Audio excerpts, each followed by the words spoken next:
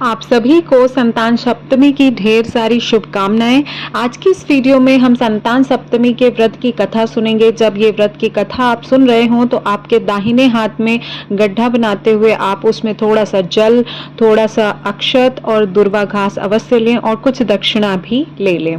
तो संतान सप्तमी की व्रत कथा इस प्रकार है कि पौराणिक कथाओं में से, बहुत ही प्राचीन पौराणिक कथाओं में से एक कथा मैं आपको सुना रही हूँ। उसके अनुसार प्राचीन काल में नहुष अयोध्यापुरी के बहुत प्रतापी राजा है। आपकी जानकारी के लिए बता दूं कि भगवान शंकर की पुत्री अशोक सुंदरी का विवाह इनसे हुआ था और वो बहुत ही प्रतापी राजा थे अयोध्या के। उनकी पत्नी का नाम, उनकी एक और पत्नी थी, उनका नाम था चंद्रमुखी। उनके राज्य में विष्णु दत्त नाम का एक ब्राह्मण रहता था। उसकी पत्नी का नाम था रूपवती।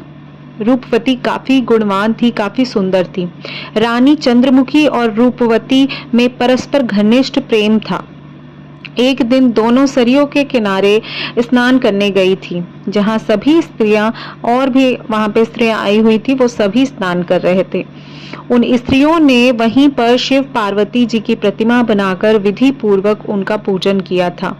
तब रानी चंद्रमुखी और रूपवती द्वारा उन स्त्रियों के पूजा का नाम तथा विधि के पूछने पर एक स्त्री ने बताते हुए कहा कि ये संतान को देने वाला व्रत है।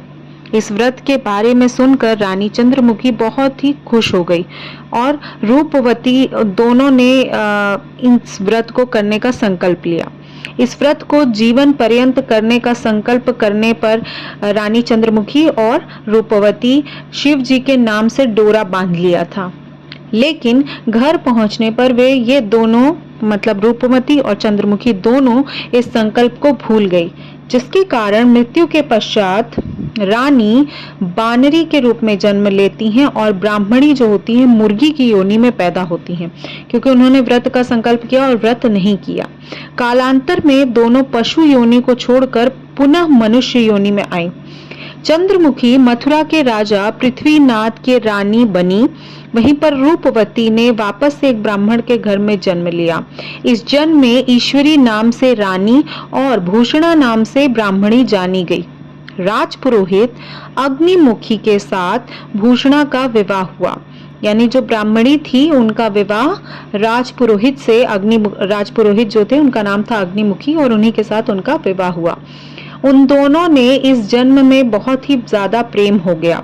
पूर्व जन्म के व्रत भूलने के कारण इस जन्म में रानी को कोई भी संतान नहीं हुई, जबकि व्रत को भूषणा ने भी याद रखा था, जिसके कारण उसने सुंदर और स्वस्थ 8 पुत्रों को जन्म दिया था।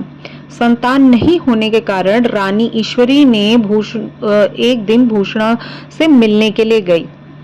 वह उससे उसके पुत्र प्राप्ति का कारण जानना चाहती थी। इस पर रानी के मन में भूषणा को लेकर ईर्ष्या पैदा हो गई। उसने उनके बच्चों को मारने का प्रयास किया, यानी रानी ने ब्राह्मणी के बच्चों को मारने का प्रयास किया, लेकिन बालकों का बाल भी बाका न कर सकी। सारे बालक सुरक्षित बच गए।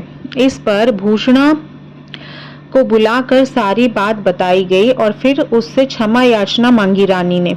और क्षमा याचना करने के बाद उसने कारण जानना चाहा कि ऐसा कौन सा व्रत है, ऐसी कौन सी शक्ति है जो इतने प्रयास करने के बावजूद भी उसके बच्चों का बाल भी बाका ना हो सका। इस कारण से भूषणा ने अपने पूर्व जन्म की बात स्मरण कराते हुए कहा कि उसी व्रत के प्रभाव से मेरे पुत्रों को आप चाहकर भी मार नहीं सकी।